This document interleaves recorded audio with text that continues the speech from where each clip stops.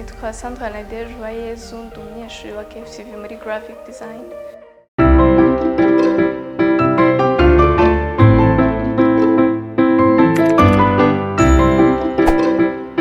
Graphic design ndayikunda cyane kuko nkunda art muri rusange.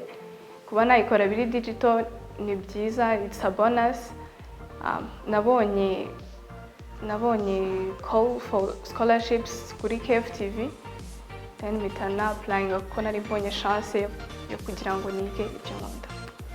Buzamfasha cyane kugira uniqueness muri art, kuko ku isoko hari aba graphic designer benshi cyane, so uniqueness ni ikintu cy'ingenzi cyane. Ikindi ni ukumenya ukuntu presenting art.